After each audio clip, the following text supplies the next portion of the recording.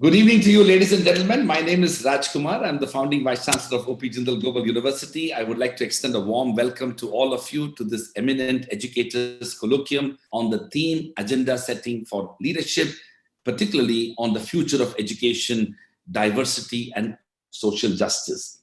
I have with me a very distinguished set of educators, and collaborating with Education World, we are hosting this colloquium.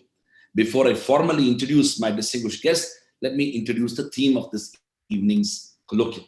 Diversity is the norm of the natural world. Diversity of species and diversity among human beings and their abilities, aptitudes, cultures, and religious beliefs is all around us. Yet, often we do not look at diversity as the norm.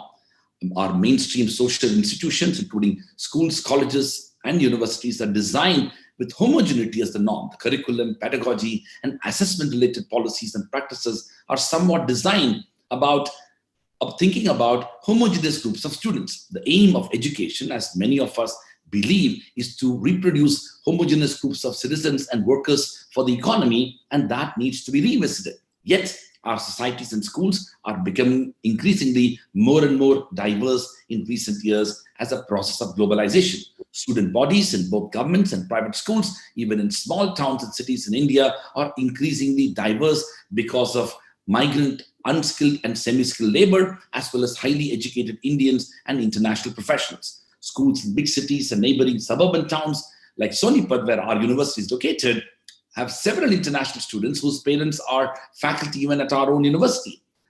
Now, this aspect of diversity and indeed its own impact on social justice needs to be re-examined. Mahatma Gandhi once said, and I quote, "Our ability to reach unity in diversity will be the beauty and test of our civilization," unquote. But over the years, a number of research reports have highlighted the experience of social exclusion faced by students belonging to historically marginalized groups in India within our mainstream system of education. Acknowledging the existing research evidence, the National Education Policy 2020 has made several strong policy recommendations to make structural changes in the education system with the aim to make India the global knowledge superpower, ensuring equity and inclusion as a top priority to promote diversity and social justice. But how will this be accomplished? What are the challenges ahead for the schools to make their school environment inclusive of increasing local and global diversity? What kinds of institutional policies and practices are needed and need to be established to create inclusive school culture? What should be the role of school leadership in implementing these policies and practices in our own schools? This week, during our Eminent Educators Colloquium on the future of education, we're going to deliberate on these fundamental questions. I'm very delighted to introduce our very distinguished guests. We have with us Ms. Monisha Datta, who is currently the director of the Doon Girls School and director Learning Forward Academy, Learning Forward India Foundation, and is actively involved in teachers training and development. She's a regular speaker at seminars and conferences which focus on mental health in youngsters and teacher enhancement programs. She has been the co-founder of the Doon Girls School and the Dehradun Boys School, learning both for the educators as well as for the students. This got her involved into actively designing child-centric curriculum and pedagogies which suited best to the needs of the school children. She's a trained vocalist, painter, and equestrian. Thank you, Ms. Datta, for joining us this evening. We have with us Dr. Nripan Kumar Datta, who is the founding principal of Miles Bronson Residential School, Guwahati. Dr. Datta was selected for the prestigious Project Zero Classroom program by the Principal Center at the Harvard Graduate School of Education in 2015. Dr. Datta has received several other awards, including the Principal of the Year 2017 by School News, India's top school news network, and Education Today recognized him as one of the top 50 visionary leaders, leading icons in education in India. The school that he is part of, Miles Bronson Residential School, is an institution was recognized for excellence in serving for social causes in the year 2020 by ASSOCHAM and received International School Award from the British Council. Dr. Datta has been appointed as the Northeast India Regional Coordinator by National Testing Agency, a recognition of his exemplary work by the Ministry of Education, Government of India. Thank you, Dr. Datta, for joining us this evening. We have with us Mr. Prabhat Jain, who is the co-founder of the Pathway School. He started his career at an early age. Prabhat is co-founder of a reputed educational initiative. He also founded an international business having interest in the field of renewable energy and mining. Prabhat is also the founding chairman and governing body member of FICCI Alliance for Reimagining School Education, FICCI Arise. Launched in 2003, Pathways World Schools are considered pioneers in the international schooling space in India. Affiliated with International Baccalaureate, Pathways operates a chain of top-ranked K-12 international schools and preschools with students from over 40 nationalities. Prabhat is passionate about aligning private initiatives with government agenda towards raising the level of learning outcomes across the vast spectrum of schools in India. Thank you, Mr. Jain, for joining us this evening.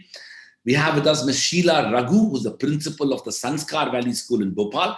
Ms. Raghu is an experienced, versatile, and passionate principal who worked in and headed ELC International in Malaysia. An administrative professional, she has wide-ranging experiences spanning over 25 years. Ms. Raghu has had an outstanding record in teaching and administration, having successfully blended her private education and teaching experience in India with a thorough understanding of running a very successful international school. She led ELC to be the first in the country to achieve the Gold ISQM accreditation from the Education Development Trust, managing school inspections on behalf of Ofsted, England. When she and her family decided to return to India in July 2019, she was headhunted to take on the responsibility of heading the award-winning prestigious school, the Sanskar Valley School. Thank you, Ms. Raghu, for joining us this evening. And of course, we have with us my collaborator and co-conspirator, Mr. Dilip Thakur, who is the publisher and editor of the Education World and Parents World.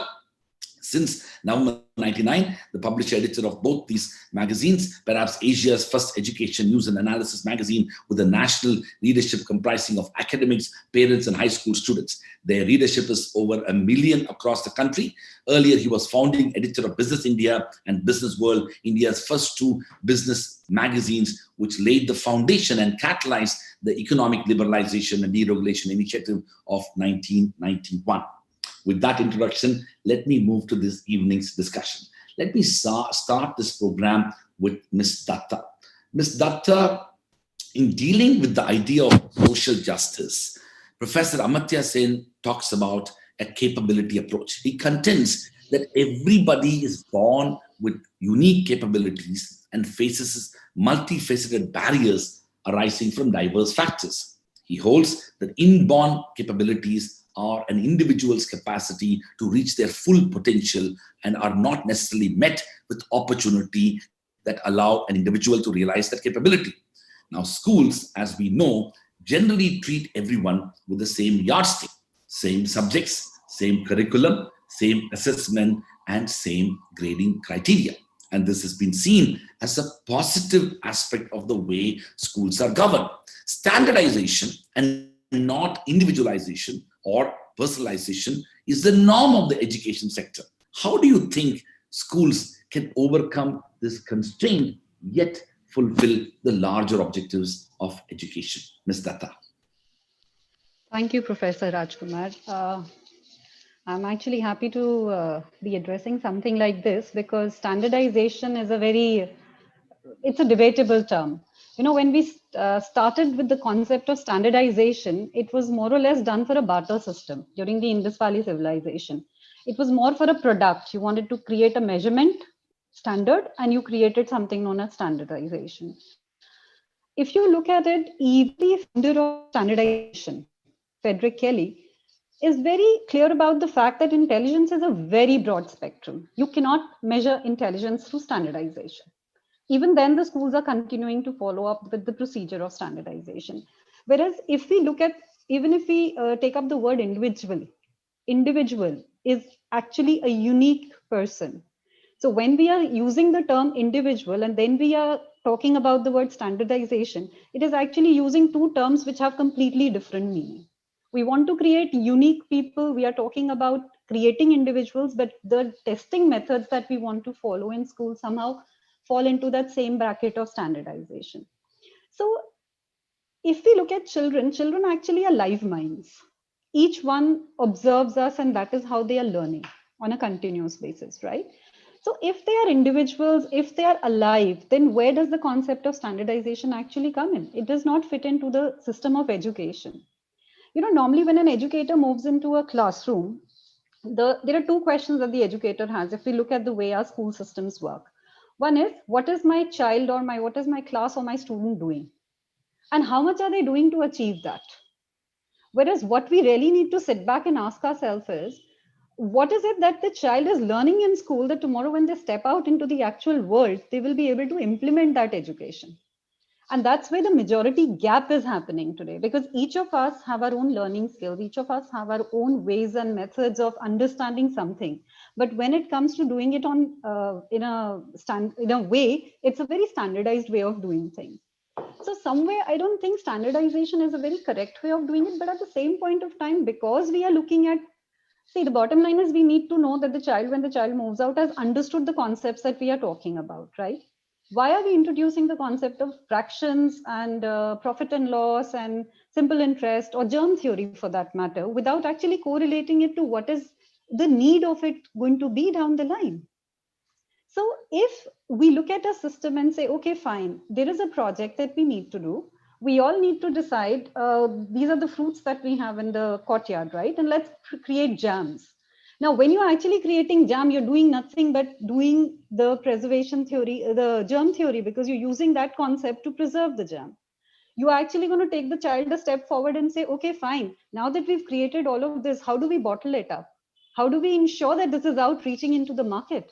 How do we ensure that you are telling the people what is the value of this entire thing? So you've got them thinking, right? Once you've got them thinking, I don't think when they actually read about the germ theory, it'll be a problem. Thank you very much, Ms. Datta, for setting the stage for our discussion and the many issues that you've raised. I'm sure we'll come back to it. We are, of course, live on Facebook and YouTube for all those viewers. Please send in your questions at the end of this segment. I will take the questions and take it to our distinguished speakers. Let me move to Ms. Raghu. Ms. Raghu, the education system, as we know, has expanded a lot. But the schools recognized for quality education are not many. Quality and our aspirations to promote excellence remains a continuing challenge. Admission in such good schools, quote unquote good, is not easy. In many of these schools, one of the criteria used for admission is even the alumni status of parents. If a child's parents have studied in a school, the admission of the child becomes easy. While at least one generation has gained upward mobility via access to good education, the second generation is given an advantage, possibly, as some would argue, an unfair advantage, and those who were unlucky in the previous generation continue to face greater challenge. How do schools, in many ways, can go beyond these limitations and look at a policy that is more inclusive and in many ways seeks pluralism in their very cohort of students being admitted? Ms. Raghu. Thank you for asking me this question, Doctor. I know that I would just like to go back a little bit in history and walk my way through that to come to this point. When we did start with education, the education was more only for the Brahmins. The Kshatriyas, the Vaishyas, and the Shudras did other things. Now, the Brahmins, just like the Catholics, had their own interpretation of everything that was written in the Upanishads, to the Bhagavad Gita, to the Ramayana, to the Mahabharata, in order to make sure that they had control over the people. So over the centuries, over a period of time, there was a very large section of society that learned business as Vaishyas, that learned as Kshatriyas, they learned how to fight wars because that is what the country was doing so many centuries ago. And then you had the Shudras who were supposed to be doing everything else. Now, the Brahmins held on to that for a very long time. And when we had the British come in, it changed a little. And then we had independence, and then it changed a little more. We brought about the concepts of trying to make sure that the untouchables were not talked about in the way that they had been, that they were given greater privileges, that they were given education. Now, when it comes to the schools that had been created over the centuries, be it the Varanasi, university, be it any of the other universities, the Nalanda University, it did become a place of privilege. It did not happen overnight that we had this sense of privilege and the sense of alumni. Why do we have alumni? Because there is a sense of comfort that I wouldn't say in a way that having the alumni have their children go into that school is a wrong thing, in my opinion, because you are comforted with the idea that your child will get the kind of education that you have had. But at the same time, if that turns into a privilege, then it becomes a problem, because then there are so many others who are sidelined. And so we should be looking at trying to make sure that we have a rotational kind of admission system wherein you're looking at application review to the fullest extent possible. I mean, the RTE is, of course, a very clear policy that has been created. to try to see that we make sure that it is the merit of the child that is looked at. Now, it is easier to do that in elitist private schools and in private schools. I don't know how far we can go with it in the government schools, but certainly it has to do with having an understanding that we need to move our whole society forwards and upwards. We can't hold on to the reins of education and the control in the hands of a few. There are so many people who have come out of those shells, who have broken the stereotype and gone out and done so many fantastic things for themselves, but it has taken struggle. Now, if we were to understand that that struggle is not really, and it will take years to overhaul this, it is not going to happen overnight, because all of us are settled into a system that only a few people do have the privileges at this time. So if we were to open that out, open our minds, open the society to the fact that everybody needs to have quality education, and then work towards that, I think that would be the first baby step that we take towards not having education being called a privilege anymore, but the right of everybody, as it says in the Constitution. Thank you very much, Ms. Ravi. Let me move to Ms. Dr. Datta. Dr. Datta, we, of course, are facing a unique challenge in our society. One of the key elements of social justice is the equal opportunity principle. Education is the basic ingredient in social mobility, particularly of first-generation learners. Yet when it comes to access to quality education, they are disadvantaged as they mostly attend poor quality government schools plagued with numerous problems, including poor infrastructure and even teacher absenteeism. Similar is the case, arguably, with most low-fee private schools, accepting that teachers are not always absent in the private schools. That makes even the poorest illiterate parents to think private schools are actually better than the government ones. Now, research has shown that the quality of education delivered in these low-fee private schools is not necessarily any better than the government schools. So now this has created a unique conundrum where all private schools have become a punch bag for policymakers, to academics, to legislators, to administrators. Now, do you think we can move beyond that? Can you provide possibly some examples, including from your own school, where private schools can actually work towards delivering quality education and even contribute towards social inequities on their own volition? Now, I'm conscious of asking this question because I'm mindful of the fact that your own school had humble beginnings with barely less than 20 students in a rented house to a full-fledged learning boarding school. That's an extraordinary transition, and it will be useful to reflect on that, Dr. Datta. Can you unmute yourself?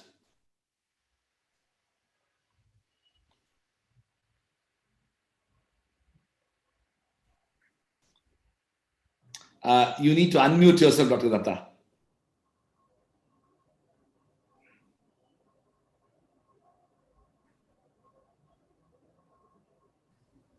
Yes, and all of you can remain unmuted because we can all. Yeah. Thank you. Sorry for that interruption. Thank you so much, Professor Rajkumar, for such a very insightful question, and also putting me on the hindsight of the history of the school. Growing from the humble beginnings with no resources, and also with the same thought of having a public school in a boarding school pattern in the northeast, where students has to travel all far to different locations in the North India or in the South. And that was a dream without a pie in the pocket. And that the school has grown. I mean, from that to be, it has taken its own position in itself here. But I'm really humble, and I am really proud to be associated with such esteemed panel of experts. Now, talking about the marginalized people, the people who I've been working for in my research for my doctorate and for my MPhil, I looked into the problems, the socioeconomic problems of the marginalized children, educational problems of marginalized children in the city of Guwahati, and my research on the socioeconomic problems on based on the modern Indian history, focusing to the history of Guwahati, of marginalized people. What I have seen that it is not that the marginalized people are not being looked after so well. I do not think that. Because I've been to these various NGOs working, the World Vision and the Child Welfare Association closely. There are schools where everything is free, but the students are not allowed by the parents to go to school because they have to go for rag picking to fill up. I mean, they need to do that because they are economically, they don't get 2 square meals of the day.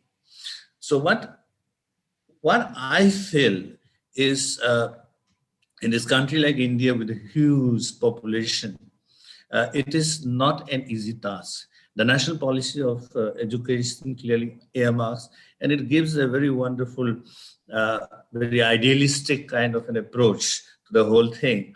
But putting into the real practical aspects of how do we take on those challenges. Now, in this, I mean, there could be problems in such a country with diverse, in terms of horizontal diversity and the vertical diversity of religions, horizontal diversity of caste and class and all those. But what I feel is the solution is that the public-private partnership, like a professor, you were talking about these regulations. Now, making the private sector a scapegoat or education sector is, and again coming, if you look at the national education policy, the smaller version of 65 pages to the 416 page, that you will see everything, most of the thing out there looks good and most borrowed from the Western world. And it takes its inspiration. The beginning of the word says that it's inspired by the ancient, those Vikram Salah and the contribution by Brahmagupta, that it takes the inspiration from there.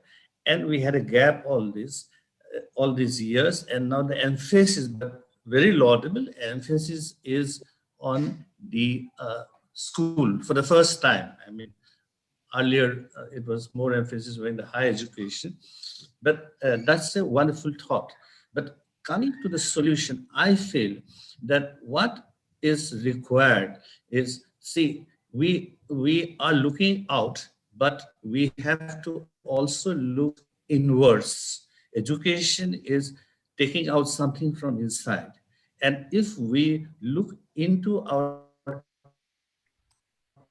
inwards and try to look into the solutions, and that can come only when there is a collaboration from the government, from the private sector, and can work together so that it is a very the world is complex. It's quite right.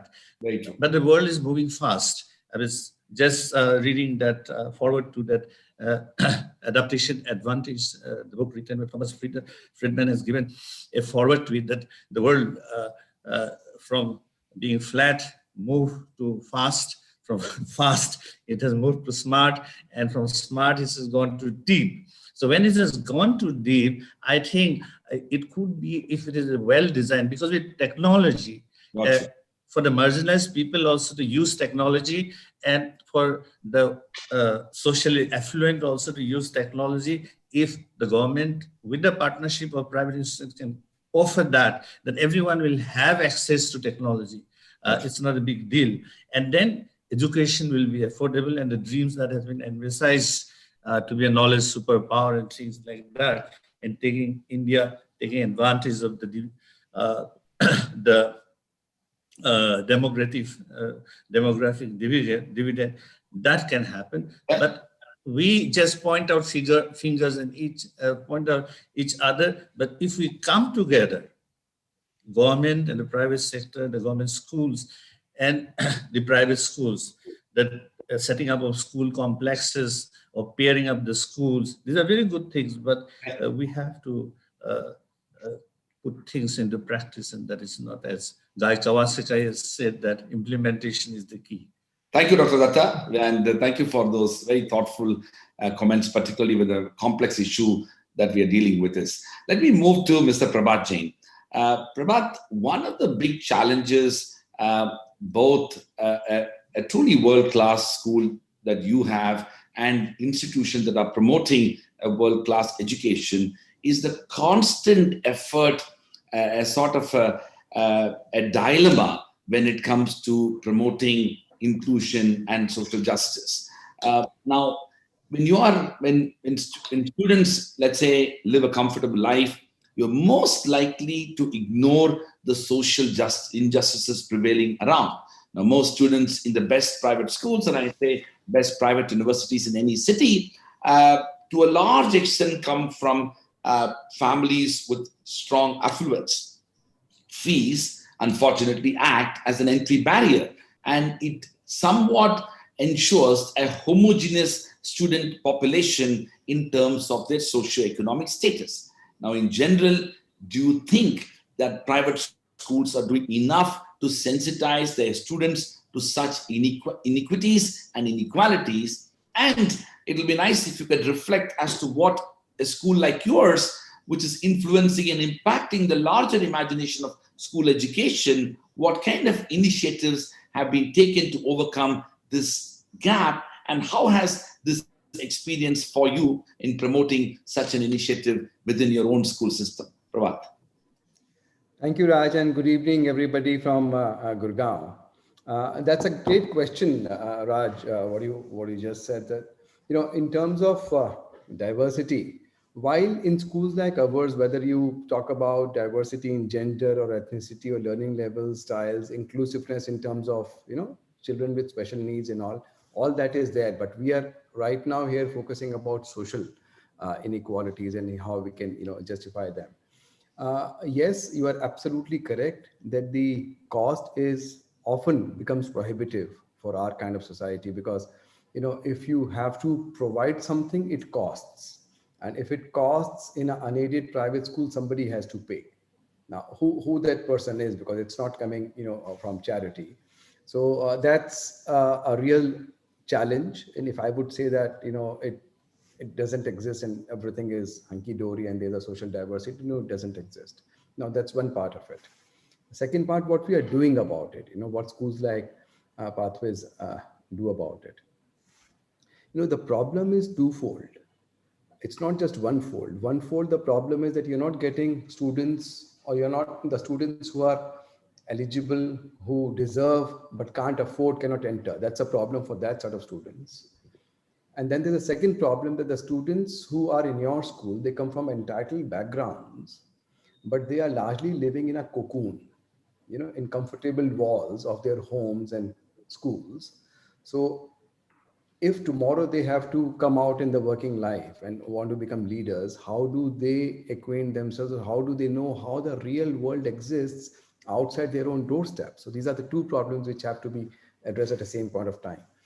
As far as the first one is concerned, for schools like, so for example, I can just share what we do at Pathway Schools. We do two things. We have a scholarship program where it's not just limited to your academic brightness, but whether you're bright and you show promise in academics or the arts or the sports, then there are certain seats which are reserved where you can apply for scholarship and get a substantial relief in fee. And the second thing, what we have done is we have, and that's something which has happened more out of passion, is that some of our schools are in a rural setting. So we work with about more than a dozen odd state government schools in the rural areas for more than a decade or 15 years. And try to do a variety of things along with the government, which also includes exchange of students at times, so that there's some level of inclusivity. Now, coming to the second one, which is our own students, they have to be exposed of the larger reality that exists also. So one way we do it is through these more than a dozen schools with whom we work. And and I can tell you how gratifying it is to see our own students when they interact with these students. But what's most important, when they go and engage with these students or go to these schools, what's most important is that the what is the notion with which you are going there? Are you going there to help them? No, those guys don't need you. They're self-sufficient. You're going there to fulfill your own need to expand your learning about the environment that exists around you. So first of all, you have to instill that kind of a notion in your own students. So that's one thing that we do. And then we have something called a mandatory annual sort of a camp or whatever we call it, where the students go to different parts of the country, and the program also includes, for them to engage with the local community there and the local community of a particular level, and that's how we do. So I'll stop here. I've already taken 4 minutes. Thank you so much, Prabhat. I think you touched on a very critical issue, which I'm going to take to Dilip. So Dilip, the big challenge clearly is a question of resources. Now, and one of the ways by which at least universities around the world, the good ones, have tried to address the issue of, equity and inclusion, both public and private universities, is to provide scholarships and fellowships. And that's, I had the privilege to study both at Oxford and Harvard. I was a Rhodes Scholar at Oxford. I come from a middle-class family in India. It was unimaginable for me to think of going to these places. I got 100% scholarship, both to go to Oxford and Harvard. Now, very interestingly, Oxford and Harvard got the money. I didn't pay for it. Now, so the idea of scholarship and philanthropy is the larger imagination of the way access to education and diversity and inclusion has been promoted within universities, at least in the world, with varying degrees of effectiveness. Not everything, even today, many such institutions remain inaccessible for a large number of people. So my question to you is that from a policy standpoint, what kind of ecosystem that we can create so that we recognize that high quality education in schools is expensive. Somebody has to pay for it. And if it's not the student, what kind of ecosystem is possible so that we attract the best minds, even if they can't afford? Well, yeah, thanks, Raj. Good question. Really, it's very important to have diversity in schools, just like you have in universities. And I'm always rather shocked. I go to a lot of schools. They're always complaining they don't have enough money. But actually, every school has a ready bank. That's your alumni.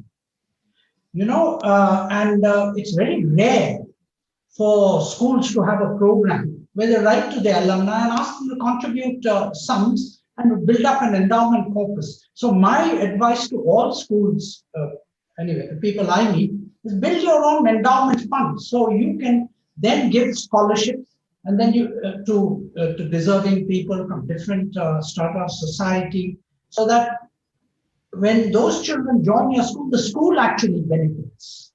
I went to a school in Bishopatnam School here in Bangalore as a boarder there, and I think I learned a lot because we had the children of so-called orphans who came on full scholarship to our school, and they were quite a large population. They were about over 10 to 12%. Maybe 20% of the students came like that. And I think from that's where I learned that, how to have empathy for people who are disadvantaged and to have some sympathy for students coming from poor backgrounds. And that's helped my life a lot. And I think it will help everybody's life. And really the important thing that schools have to understand is that they have a ready access to funds, because many schools are 50, 100 years old. And if they have a program, if they weren't so lazy and they started writing to the alumni and saying, send us 1,000 rupees a year and so on, we can build up a really big corpus. Like I think you all have done, a lot of private universities have done that. So that then they can give generous scholarships to people who are deserving. And then when those students join the school, it's good for the school. It's not you're doing charity.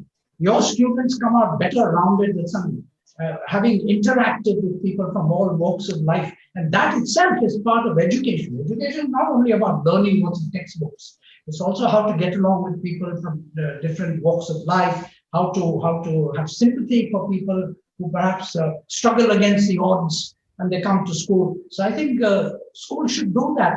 And I think one of the questions you said, that 25% reservation, if I might just say something, I don't think that's a good idea. because why should the government enforce it? It should make it easy for schools to voluntarily have this scheme so that the school can choose who they want to invite from so-called poor neighborhoods, students from in their neighborhoods. That decision should be left to school and not to government servants, because there's a lot of scope for corruption there. So I advise school, my advice to sum up, my advice to schools is try and become needs blind or need blind institution by building up your own corpuses. So it gives you a lot of freedom to admit, to give away generous scholarships and have a wide student diversity, student body diversity in your own schools. Raj, if I may just pitch in here please, for please. Just one comment on, I think Dilip picked up a very important, interesting point about 25% reservations and RTE. You know, just that was my next, by the way, that was my next question. But oh, was it? Oh, okay. So I preempted you. Sorry. Yeah. Yeah. So the thing is, you know, noble objective. Everybody should go to school. 2009 was when RTE came. We are in 2020. We have seen 11 years of its implementation. This was nothing more than a boardroom policy, far removed from the ground realities. The data shows that. You know, the overall objective of amending the constitution and creating this act was to ensure that students of the age group of 6 to 14, everybody goes to the school. So what it should translate into? It should translate into that the overall enrollments of students in this age group in the school should increase, right? What it was earlier, the RTE should enable more students to go to the schools. I think that was the whole objective, right? If you see the data and compare the overall enrollments over the last 5 years, 7 years, 8 years, the overall numbers have remained flat. You have seen a dip in the state schools and a rise in private schools. Some of this shift is, an intended shift of certain parents, and bulk of it is perpetuated by the RTE. So what has it done? The final impact is overall enrollments remain flat, so you're not sending more children to school. The government continues to spend money on its education system, which is going far unsubscribed. So it's wastage of taxpayers' money. The private schools which are offering 25% admissions, you are stripping them of 25% of revenue. And you are also regulating or telling them you can't increase fee beyond a particular point. So you're breaking the financial strength of an unaided private school. So it's a system. So now what is the result? State after state, there are several states today in this country which have rolled out that our implementation of RTE is that only if there is no seat available in a nearby government school can you apply to a private school, because the state says that why should I leave my school empty and compensate private school in addition. And many states have done that. Some states follow RTE to the T. Nahin, mujhe private school mein dalna hai, that's different. But most of the states have done this. And just see 11 years. I think it's just backdoor nationalization. It should not be. So, well, thank you, Dilip and Prabhat, for that intervention. And let me go back to Monisha for that question itself, which I would like her to respond. So, Monisha, as Prabhat mentioned, the Right to Education Section 12(1)(c) talks about the non-minority private unaided schools to reserve a percentage of seats, 25% for children from disadvantaged background. Now, it's been a long time since this law was enacted. Now, this is, of course, not quite unique. We've had in our country a reservation policy implemented for the OBCs, SCs, and STs, and different types of reservation frameworks have been implemented in schools, particularly in universities, as well as in jobs. My question to you is that, A, to what extent your participation in your own school has impacted, let's say, the culture surrounding the school itself? How has been the experience, particularly of the children who have been brought into this framework? And of course, how does it affect the very economic and financial framework and structure of governance within the school? As Prabhat quite rightly mentioned, at the end of the day, if you want to have good faculty members, good opportunities for students, good and safe and healthy infrastructure, and an intellectually vibrant ecosystem, all of which requires resources. So what lessons can we learn from this experience of the right to education? Thank you, Professor Raj. So I'll take this up from a concept that is very important, because I myself am a life skills teacher, right? And we are talking about diversity over here. So we have to be very conscious about the terminologies that we are using when we are handling children and when we are handling diversity. So like it was very well said when Mr. Jain said that when we are exposing the children to going out, reaching out and helping a community, we need to make them understand that they are not helping the community as much as they're helping themselves. They're exposing themselves to the need of the, what's happening in the world outside, the real world outside. So when we looked at RTV, yes, we have children under that scheme. And when we looked at it in a much more holistic way.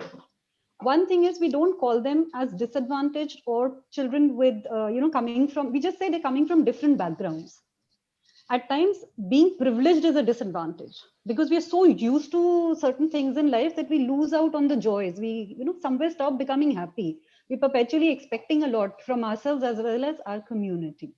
So when we looked at it, we actually looked at it in a deeper way. We changed certain philosophies in our school. When we added on children from different backgrounds, the first thing we did was because see, ours is a residential school. We have influential children. They walk into the campus with a lot of brands. So when we are talking of children coming from different backgrounds, you have to ensure that once they come into the school, they do not feel any less than the other children who are there. So when you are saying the RT concept came in with the idea that everyone should have the right to primary education, you're putting them into a school which might not have the same background kids. That means you need to ensure that they're mentally, emotionally well taken care of.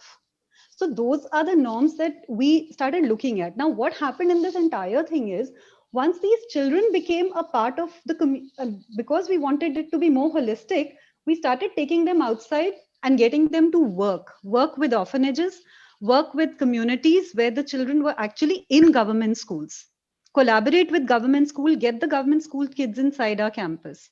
So when eventually we introduce these kids, see, there's another very big disadvantage of something like this. Children are very reserved about sharing what profession their parents are from, which background are they from. You have got a person whose father or mother would be working as a help in a house or a driver in the house. They would not like to share that information with them, but they need to feel the pride in whatever work their parents are doing. So again, exposing the children to the hardships of the life of an actual worker, doing community service, cleaning the areas. So there were lots of drives that we actually got working on before we introduced the concept of getting children from different backgrounds. And in today's date and time, if I see what lessons we've drawn out of this entire thing, our children are much more connected to the community. They have taken up professions where they are actually creating models. They're working with villages, they're doing things which are different. And I feel we've created a bunch of some really sensitive kids. So Thank you very yes, much, Ms. Datta. yeah, Sorry, go ahead. it is right that this we need to create. So somewhere we got the parents also involved in this entire thing, and the ones who could sponsor a kid, so be it. And there were other ways that we tried to generate revenues. But by the end, yes, if we took that up, we took it as a challenge, and we got that ensure that it was happening. Yeah, So well, thank you for the thank question. you very much, Ms. Datta. Well, the key word is sensitive kids. I like that. And let's take that question to Ms. Raghu. Ms. Raghu, if we accept the premise that Ms. Datta talked about, that we need to create more sensitive citizens who do not remain confined to their social bubbles or economic bubbles and try to understand the realities of the world around them, then what kind of action should schools take to make this a reality? Not all of them need to be in the context of creating inclusion within the school's diversity framework, but also to what extent the pedagogy, the curriculum, the course structure, the intellectually vibrant ecosystem need to be reimagined. Can private and government schools come together to create opportunities for their students, not so much to spend their lives together, but at least understand and appreciate each other better? Well, first of all, I'd just like to take on to what Dr. Ma'am has said and take it from there. our school is the Sanskar Valley School, but on our campus, we also have the SVN, which is the Sanskar Vidya Niketan. And we are hosting with 2 other campuses, 3,500 girls who come in for complete education, and it's for free. Right? Now, why are we doing that? Because we believe that we need to really support the children. Whose children are they? They are children of our cleaners, of our sweepers, of our, bus drivers, and children from villages around us. There are children, parents queuing up, and this is a new initiative that is only about 4 years old. But we've had 10,000 parents turn up for the 3,500 seats from around the villages.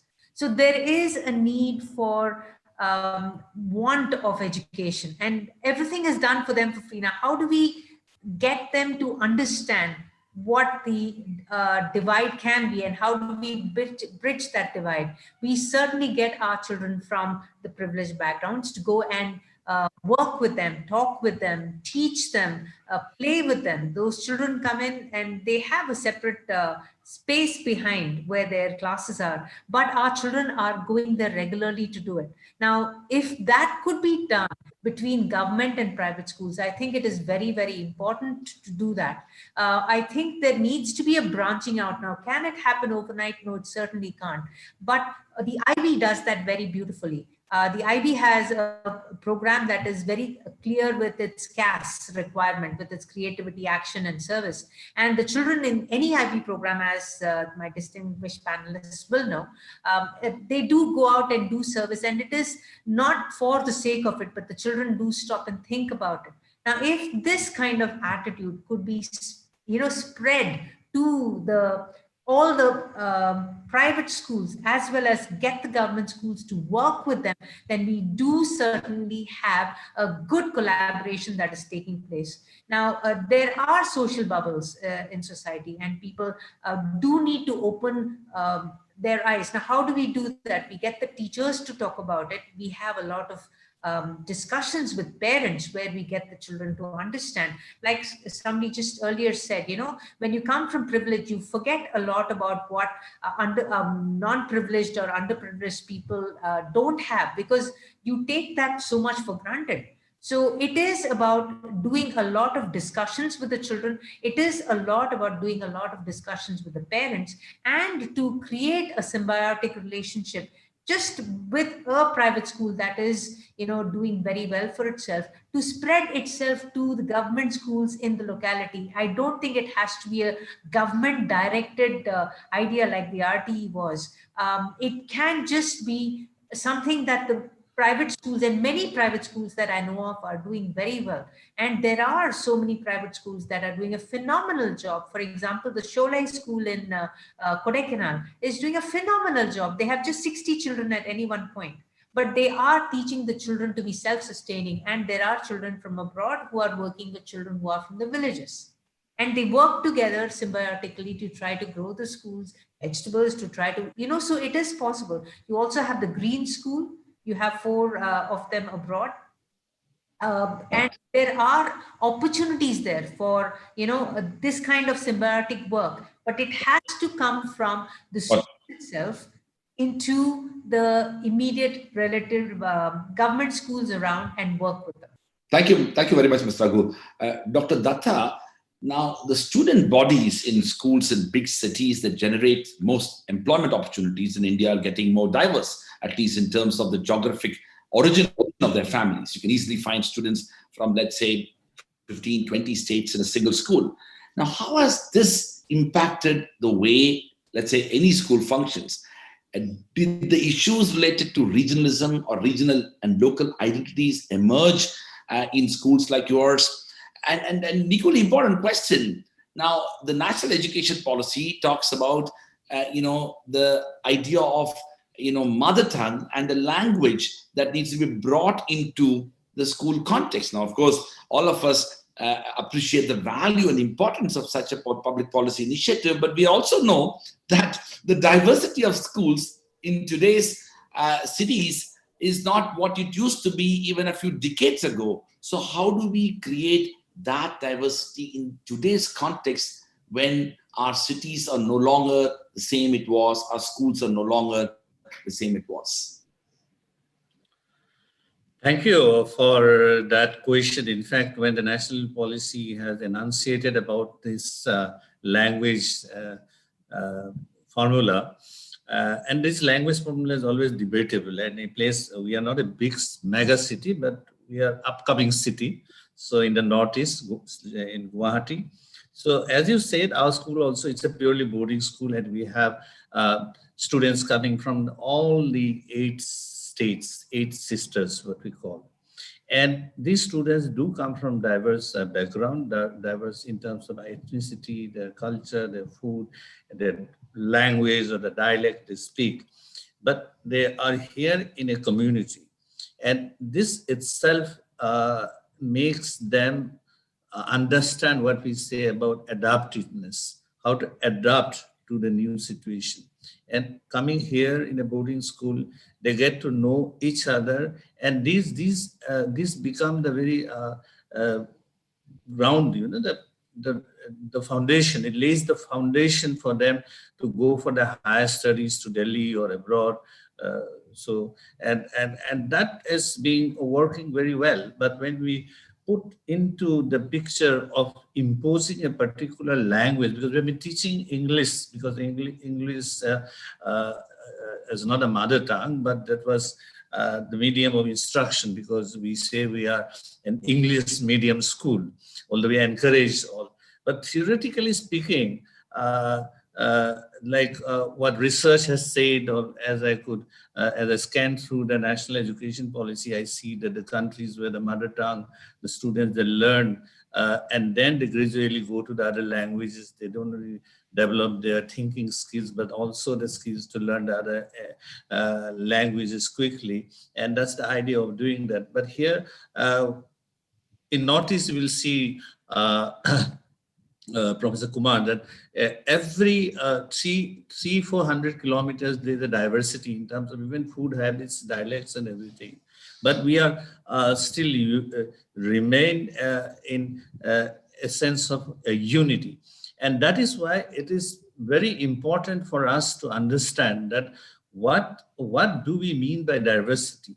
Diversity, does it mean that we look at diversity as something very, very unique and different of each of the communities and respect them, or be isolated and try and make ourselves as something that we are a part of the little tradition or the great Indian tradition, and go and confine ourselves in that kind of a thinking that our culture, our identity is better. I think in this, when we are talking about a global citizenship, I think respecting each other's unity and within the limitations, I don't think regulation can work. I don't think. And rights, I think more than rights, one should enjoy the privileges. Because thank you very much, Dr. Datta. Thank you. Thank you so much, Dr. Datta, for that. And I think it's only fair to say that this takes us to a very important issue that I'm going to raise with Prabhat. Prabhat, this is about the whole situation of teacher education program. Now, we know that the pre-service teacher education is in shambles. Diversity and social justice form the core component of the teacher education program in many democratic countries around the world. Now, in your experience, to what extent the present in-service teacher education program, does it provide opportunities to promote such ideas? The National Education Policy 2020 Objective 15 recommends a massive overhaul of teacher education program with a sharper focus on diversity and social justice. So my question is, as somebody who's leading an effort to transform Indian schools and school education, how do you think this is going to work within the Indian context, not only schools like yours, but even others? So just to get you right, you're talking about pre-service training or in-service training? Both, yeah. So, the issue of teacher education and teacher training is something which we talk about all the time. And if we say that one biggest challenge that good schools face is, to find good teachers, that's what everybody says. So what is the solution? The solution for that lies in the school itself. Now, okay, let me answer in two parts. As far as the national education policy is concerned, it has, made some very bold statements about how it wants to revamp the pre-service teacher education system. Because to tell you a statistic, I was in one of the seminars and somebody was telling me that the number of teacher training colleges we have in this country today, and as per the norms, the number of postgraduates in teaching education you need to teach the students in these colleges, our system has never produced so many, postgraduate teachers to be teaching into these colleges, right? So it's a farce. That's what people talk about. I don't know much about that. The only way I know it that you get the teachers from, with the degrees, and as we always say that, more often than not, you have to retrain them, or you have to make them unlearn and relearn. So, but the fact is, who makes a good teacher in today's context? We say that we don't consider her to be a good teacher who has answers to all the questions the students ask, because today the student can get that answer through the net, right? But we consider her to be a good teacher who can encourage students to ask such questions of which even she doesn't have an answer, and is frank enough to share with them, hey guys, even I don't know, that's a brilliant question, let's try and find it together, right? That's how innovation takes place. Now, what does this need? This is a major shift between skill and attitude. You don't need to know everything that you have to practice tomorrow in the classroom. You can always prepare it last evening, right? You can go through that. What's more important is how you're communicating to a class which is of, say, 24 students in our school, or maybe 35 or 40 students in other schools, with students with varying learning, styles and abilities and speed, and how you continue to remain relevant with them, and so, and this again is changing by every second or third year, because the generations are evolving, right? The new generations receive information or appreciate information in a very different way. So that makes in-service training equally or even more important than pre-service training, because we have to keep reinventing ourselves. And the only way to do that is to have a robust in-school program. First of all, a whole vision on it, and a whole program where you keep doing it throughout the year. You just can't leave it end of vacations, I'll have 3 days of inside and it'll work. No, it just cannot work like that. It's a continuous work that happens. Thank you very much, Prabhat, for that very comprehensive response. Dilip, now, of course, the response of policymakers typically to address issues of social justice is to reserve seats in private schools. Reservation in India, but in affirmative action in other parts of the world have been used to address this issue.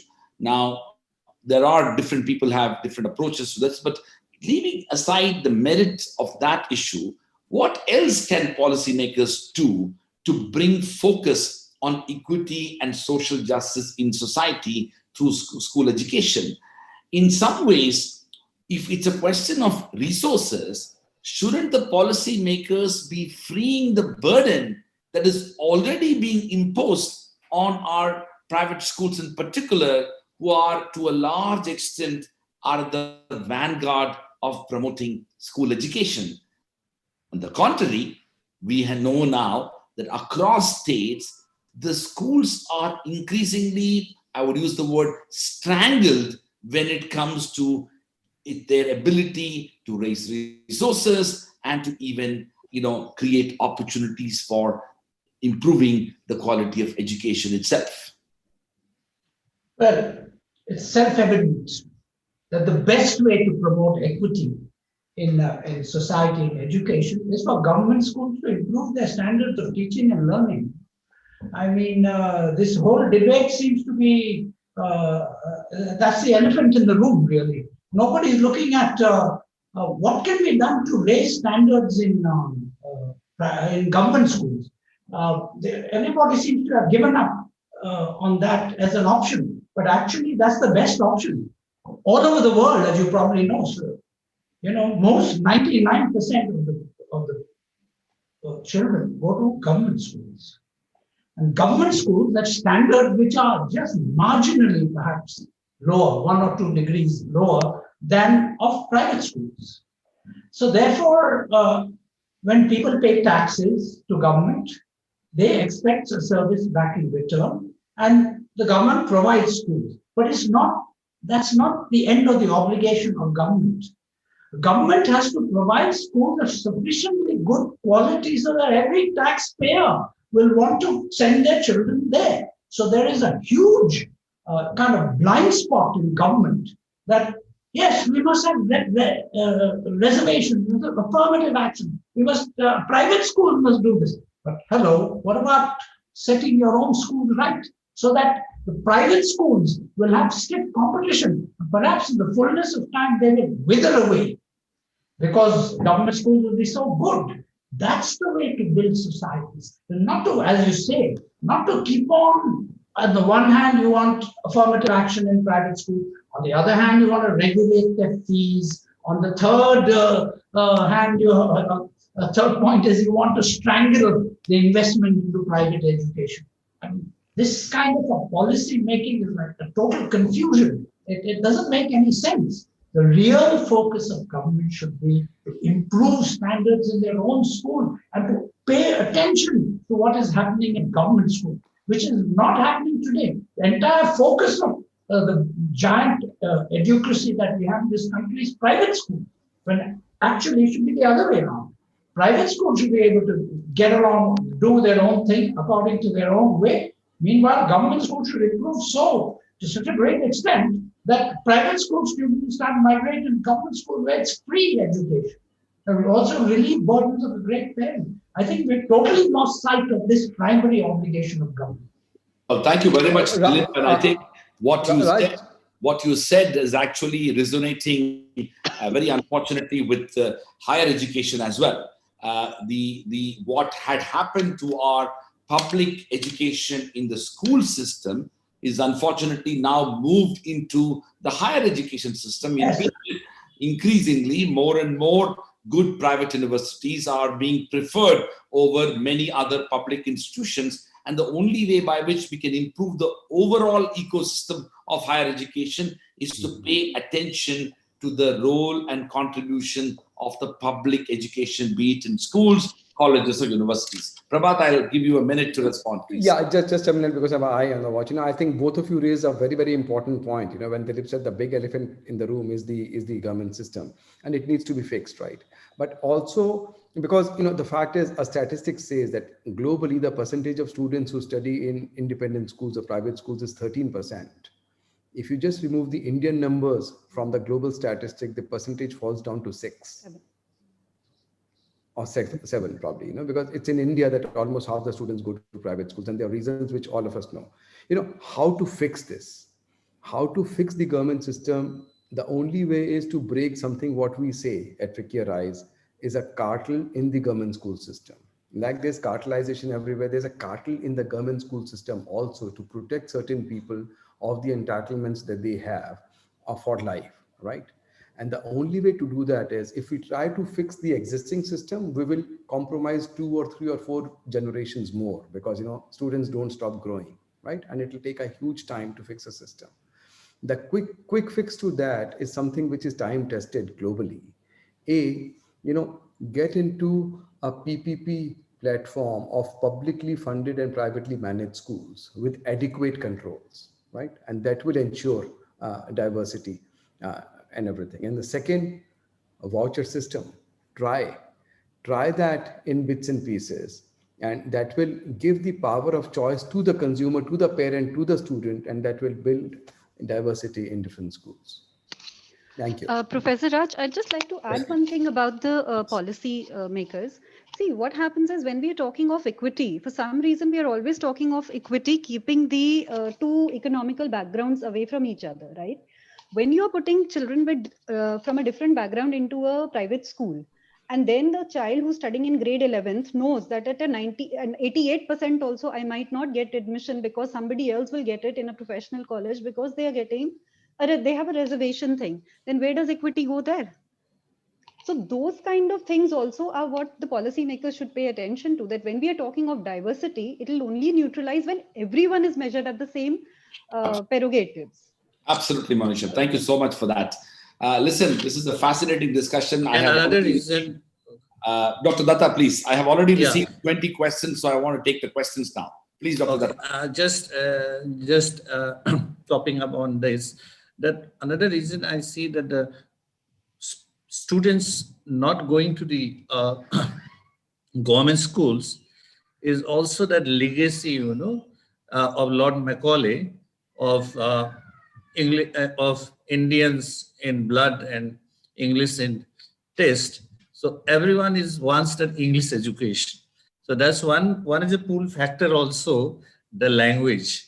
So it is not that the quality of education also. The first pull factor is the language of instruction, I feel, or popularity of private schools. So once the pull factor is there, then the comparison comes.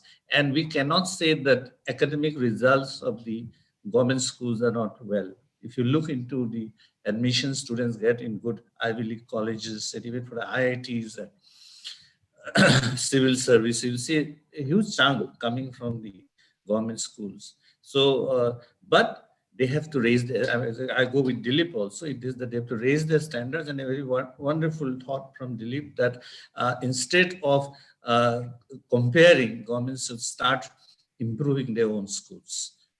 And that's a good afterthought. Thank you. Well, wonderful, Dr. Datta. That's fascinating. And thank you once again to all of you. Let's quickly go into the Q&A session.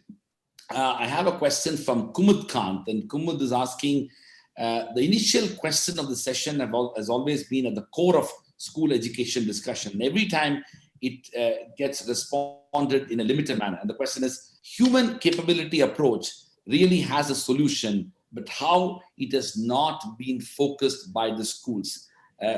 Ms. Raghu, would you like to answer that question?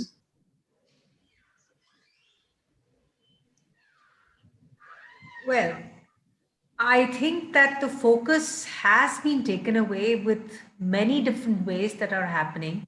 Privatization of schools is one thing, but the quality of education that needs to happen within the schools has to be raised, not just in the private schools, but also in the government schools. Now, the focus needs to remain over a long period of time. It can't happen overnight. It won't happen within a generation. It is going to take time to happen. Now, the way to do that is a lot of discussions, not just between the private and the government schools, but also between the government schools and the parents there, the government schools as well as the private schools and the government. This is something that has been done. I know there were panels that created the education policy as well, and a lot of people were on it to try to bring out the best. There is a baby step forward as far as I know right now, but we do have a long way to go, but that would come, in my opinion, only through a lot of discussion and an open, honest discussion at many levels. Thank you so much, Ms. Raghu. There's a question from there's a question from Bhuvanagiri Subramanya, and this is about budgetary allocations. Maybe you should talk about this, Dilip. Dilip, the question is about to what extent budgetary allocations in relation to public schools can actually be improved, because now we've talked about an increase, GDP increase in investment. To what extent that can help in the improvement in the quality of the schools? And equally important is to what extent governance impacts the very approach towards school education in public schools. Budget is very important. You know, every commission since the Kothari Commission in 1966 have said provide 6% of GDP for public education. It's not for education. It's for public education, but it's never happened. Now, this is, well, I can go into a long discourse why this happened, but essentially this has happened because we've chosen the socialist path of economic development in this country, where all the money was invested in white elephant public sector enterprises, which was supposed to generate a profit, but never generated a profit. So government has always been running a deficit and they don't have the money to invest in education. So therefore, what's option two? Option two is we've suggested in the education world many times. One is, you can reconfigure the budget, and you can, we've given an elaborate schema. You can go on our website and read it. We've given how you can raise 8 lakh crore for a one-time or every 2 or 3 one-time investment to beef up the infrastructure of public schools. Okay. And it's given there in great detail. It can be done. It can be done. We have to cut back a little. We have to cut back government establishment expenses. We have to cut back unmerited subsidies. We have to privatize public sector institutions and raise the resources and put them into human capital development. It's not enough merely invest in in development in the economic sense. We have to pay attention to our human capital, which is abundant and very high potential. Thank you very much, Dilip. Prabhat, there's a question about attracting faculty. So what should be the strategy for attracting the best minds into schools? Now, of course, I am this is a question from Raza Kazim, and this is a very important question because at least in colleges and universities, we constantly lament about the fact that we don't have good faculty. The best of the minds across the country don't come into teaching. In fact, I have anecdotal evidence that since I moved to India in the year 2008, I have given over 10,000 talks across India. And I would ask typically a student, I'm given this talk from Doon School in Dehradun to Nagaland, to the whole country. And at the end of the talk, I will always ask a question among the students, how many of you would like to become a teacher? And quite remarkably, literally from Kashmir to Kanyakumari, the answer is by and large nil, less than 1% if at all. So how do you address the issue of quality when it comes to faculty? Yeah, so I think it's a complex issue, but it has solution. Collectively, we employ close to about, I would say 800, 900 faculty members, and every year we recruit, a sizable chunk, 100, 200 faculty members. Now, where do they come from? First of all, you don't get ready-made faculty because, as you rightly said, unfortunately, the profession which is the noblest and which should attract the highest esteem and respect in society is the one which is least preferred in today's time, which is absolutely unfortunate. But the times are changing, and it will take time, and times are changing. How and why? Universities like yours, a lot of private universities coming which give good working environment and a decent package and everything is attracting students. Likewise, a lot of schools, the new schools which have come up, and even the old schools are offering. So the solution is recruit freshers. Go to the colleges, recruit some freshers for a year, 2 years, 3 years, and that also fits one more requirement that in today's time you need people to come into teaching who don't come with biases or already, a particular way of teaching, because there's experimentation that has to happen. Attract mid-career switches. Don't just go after a trained teacher. We have had experiences where somebody who did economics from LSE and did a doctorate was a disaster in a classroom in front of students. And, a fresher coming straight out of college was brilliant, could make a connect and, bring the relevance inside the classroom. So these are two entry level things, The other things what you need to do, the teaching, once anybody becomes a teacher, the teaching fraternity is quite well connected. The word spreads very fast of, what are the systems in A institution or B institution or C institution. And that's where your own practices come into play.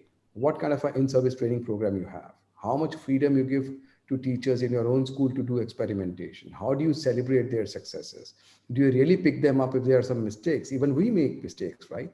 So these are, and what kind of counseling and other mechanism you have in the school for your adult population also, not just for children. Everybody is a human being, right? So with this, if you do, then the word spreads fast, and you have teachers who come. Thank you very much, Prabhat, for that very comprehensive response. Ms. Raghu, there's a question regarding collaboration. Raza Kazim is also asking, don't you think social bubble would be burst through constructive collaboration and holistic partnership between public and government schools? Is it not a great idea to promote unity and diversity by agreeing to disagree and building partnership based on compassion and empathy? It fits right into what it is that we are doing in our school right now. Like I talked about the SVN school that we have. We also have in our mainstream school a couple of children who have come from the support help. Their children are in our school. Now, you would never know that in a class. This child has been accepted so easily. There is so much empathy, I think, that has developed in the school because of what we're doing. And I think that is one of the main roles of any educator at this point in time, to help the children understand that it doesn't matter what social structure you're coming from. It matters that you step into this world that is filled with diversity, and that you have to learn to relate to this diversity and work with people. And that has to start with a lot of discussion, like I said earlier. It has to be there to spread the children's minds, not just to get the 99.99% that they get, but also to get them to understand what it is that they are trying to achieve in their lives. It has to be a well-rounded education. And yes, it has to be a discussion between the government and private schools. It can't just be something that you would do because you want. Yes, we all build our brands. I understand. We all have our names in across the country. Fair enough. But what is it that we are getting as products at the end of it has to be an amalgamation of thought processes that the children would have about empathy. It is about discussion. The children have to understand what it is that we're trying to do with them. And yes, private and government schools have to work together. They have to support each other. And I think it is not a top-down. There are, like Sir was saying earlier, there are many children in government schools who have done some amazing work. There is a small town called Mandya in near Bangalore, and my aunt used to look after a small little school of just about 25 students, which went into 600 students. And of that, there are 5 children nearly every year who are among the toppers of the state. So there is possibility for that. And how did that happen? She got the main school from Mandya to work with these children. And there is a lot of partnership that I think is the only way forward, in my opinion. Thank you very much, Ms. Raghu. Dr. Datta, there's a very interesting question about the role of families. Families are key sites of action outside schools. It is here that a lot of enculturation happens. The gender roles are defined. So the question really is, to what extent schools can play a more active role in the way students operate inside their homes to become more sensitive towards, diversity and inclusion. Dr. Datta, you can unmute yourself.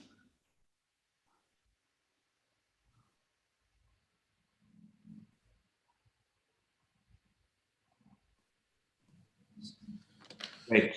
Fantastic question, because running a boarding school where students are from home, the question is very challenging, but I got the answer. The answer has been given to me during the situation, during this pandemic. Can you hear me?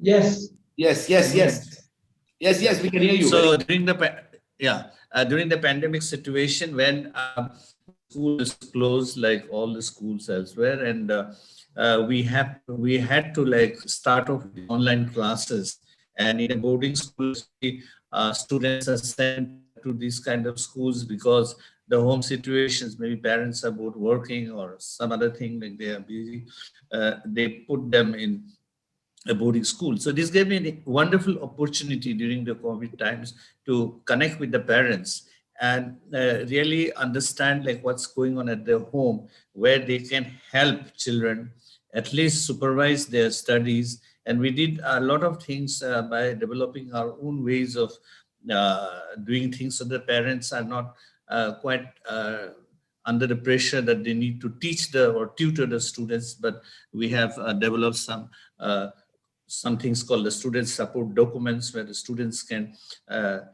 do in a self-driven and self-directed way. So charity begins from home. So the home culture, although we are running a boarding school, I can see that there's a distinctive difference between student to student depending on the culture of the home.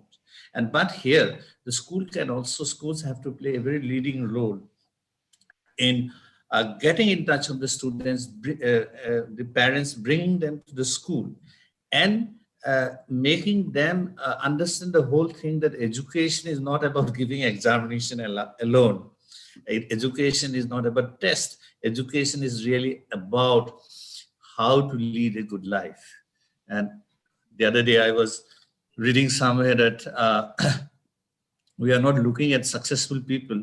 We are looking at empathic people, emotional people, people who can understand each other. So if we working on those lines, if we can build, and I can feel it from inside over these years of staying with the children for the last 32 years, that everything depends on communication. Communication is the key, and no one can beat person-to-person communication. Thank you, Dr. Mehta. Thank you. Sorry, you can finish your point. Yeah. No, it's all right. Okay. Time is more important. No, I wanted to just quickly get to, because I know we're coming to the end and there are several questions which I won't be able to take. Dilip, there's a very interesting question about how students are considered as the future of a nation.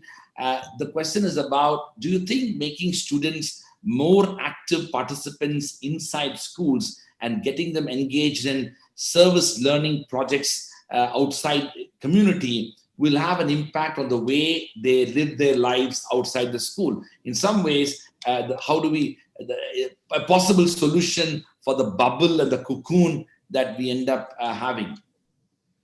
Yes, very much so. And that's for me? Yes, Dilip. Yeah, very much so. I think students should be encouraged to engage with the community outside school gates and also to become politically aware. You know, in most schools, I noticed that they discourage political discussions because it might be, quote unquote, controversial. But I don't think that's a good idea.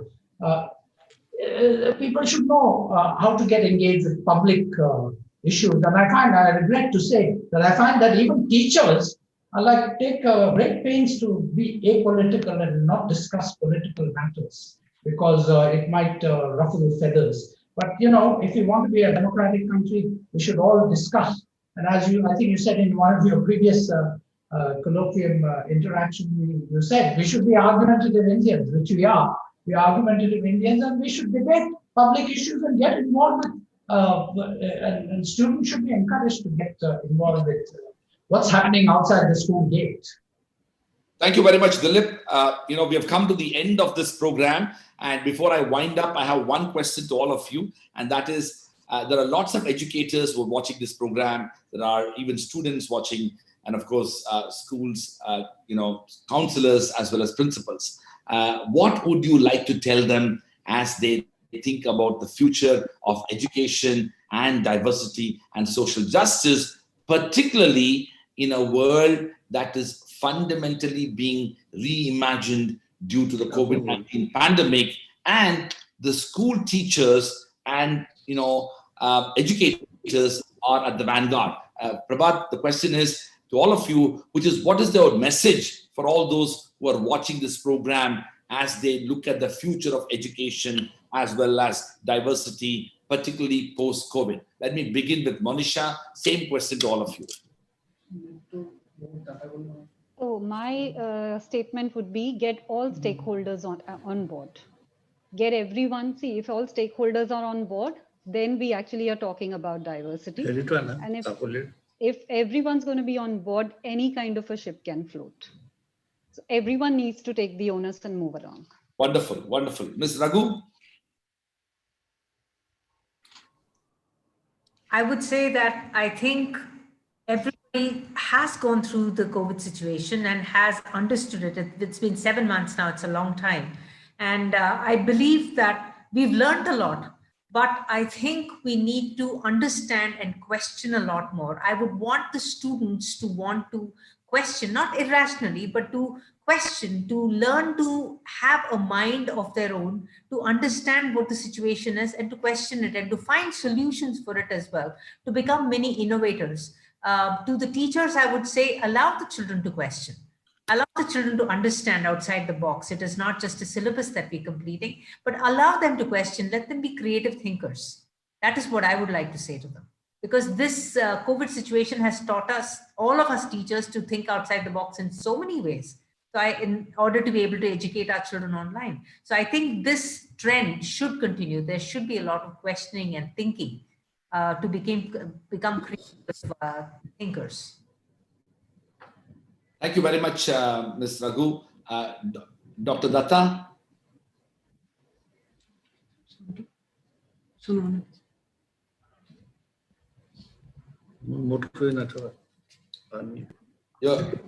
Your closing comments. I didn't get your question. Can you just Datta, your closing comments. Your closing comments. Sorry. Dr. Datta, your closing comments as a message to all those who are watching the program about the future of education and diversity and inclusion. I'm very optimistic about the future of education, and it all depends on not any system or not any policy, on the realization of only the fact that we have to be together and working for a global India. Thank you very much, Dr. Datta. Prabhat. Thanks, Raj. So, I would say some wise people say that don't waste a good crisis, and there couldn't be a better crisis than COVID. And I think, and I say with full gratitude to the entire fraternity who I guess is sitting in this forum, a lot of educators, that how innovatively, and how just walking on this, on their toes, everybody has adapted to the new, what people are saying, the new normal. So there's so many learnings that we take from the past several months and which should stay with us forever. Because there are opportunities also which have emerged from COVID, so we must all take them with us. Having said that, the other thing what I would say is just continue to be passionate mavericks. We are in a profession where we take a big high in gratitude and fulfillment. Though yes, with the system in which we are, we do get a lot of sleepless nights also, and a lot of bricks and bats. But I think it's the former which keeps us going, and we ignore the letter totally. Thank you. Thank you very much, Prabhat. And Dilip, you have the last word. Yes, I have some advice for principals, teachers, and educators.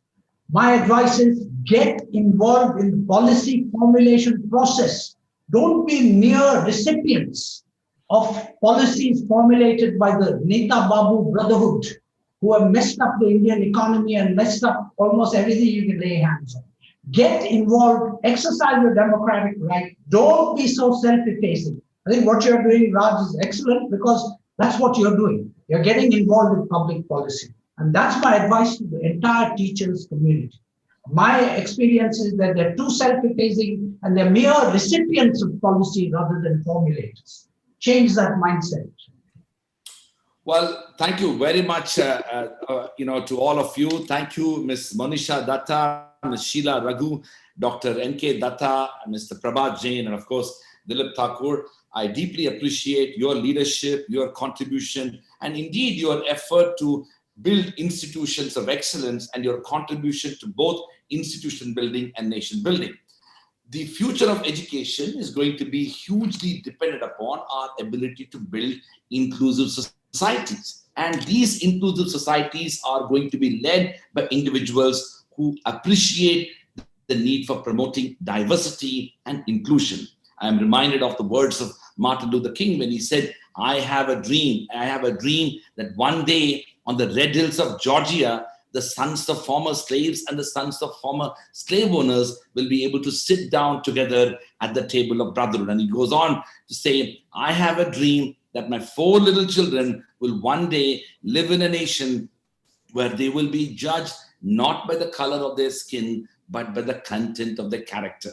We have a dream in India that our dream should be to build institutions of excellence that are not only at the forefront of promoting excellence and transformative education across our schools, colleges, universities, but also are able to produce enlightened citizens who are able to appreciate diversity and pluralism and inclusion and contribute to the strengthening of our democracy. With those words, I would like to thank you for your time and for your contribution in this panel.